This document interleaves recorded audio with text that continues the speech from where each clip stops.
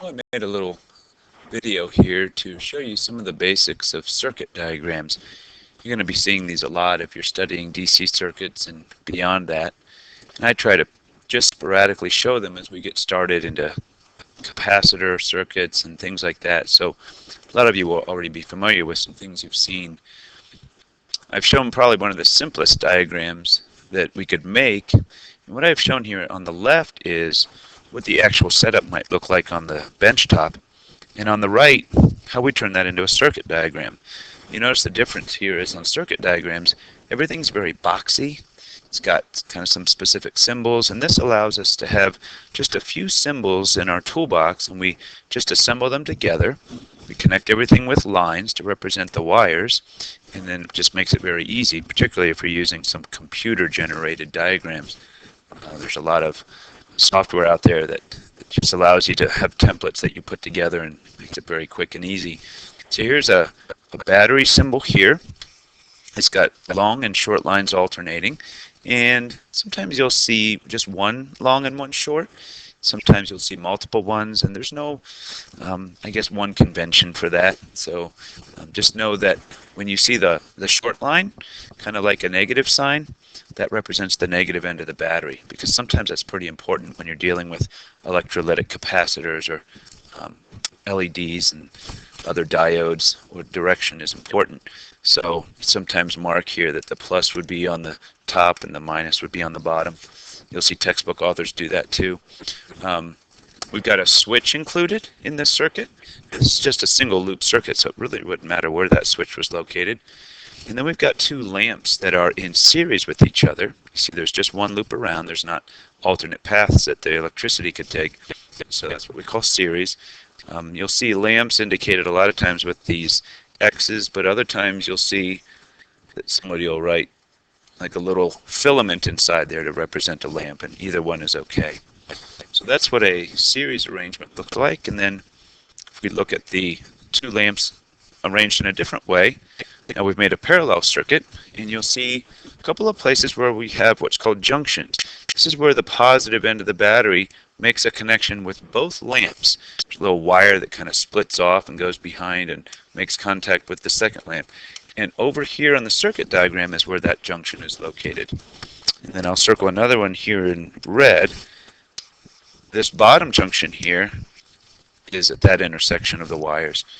And again, the switch, we could put it here on the bottom of the diagram. It would be just fine to put it on the left side of this branch, or even along the top side, because within a branch, the locations of all your different elements is pretty much irrelevant.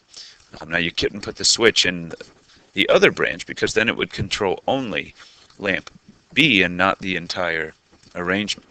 So that's what a parallel circuit looks like. And then near the end of this unit, we're going to be looking at what's called RC circuits, which is the simplest case. We put a battery with a switch, and then we put a resistor and a capacitor in series with each other. So this is what it looks like here on the left if we were to set it up on the lab. And then on the right is where we have our circuit diagram. Now we see a symbol for a resistor, kind of a sawtooth pattern. And there's no particular number of saw teeth that you need to draw, but that's the symbol for a resistor. A lot of times you'll see letters that help you recognize what those are. Capacitors, two parallel plates, which makes sense if you know what a capacitor looks like. You'll see some old circuit diagrams. I remember when I was in school that I think people kept getting these confused with the batteries, because the batteries also have two lines. Sometimes hard to tell that on the battery one line is shorter than the other. So capacitors sometimes were drawn this way with a little curve on one of the plates. But I think that's a little unusual because we call them parallel plate capacitors, and it's a little strange to call it that when we have unparalleled lines on the symbol. And so that's what an RC circuit could look like. So let's take a look at this situation here, about as complicated as we need to get. We've got 4 resistors that we're putting into this circuit on a battery and a switch, and somebody has placed an ammeter in the branch with the battery to get a measure of how much current is flowing through the battery. And then we've got a voltmeter across the 2 resistors up on top to get a measure of the voltage across them. And because they're in parallel, it really wouldn't matter which one we connected it to. So here's an equivalent circuit diagram. So we'll draw the battery, and I'll just use a couple of cells like that. Like I said before, I'll put my plus and minus on here. We're going to have a switch right outside of the battery, something like that. And then we have our parallel branch of resistors. So we could just indicate it like this. See, I don't have to be real fancy with how I draw those. And those are the resistors over which we're going to measure the potential difference. So put a voltmeter in parallel with that. That little V with a circle is an indication of a voltmeter. And then we have the ammeter. So we use a circle with an A. And then we have a couple of resistors that are in series with each other in that same branch.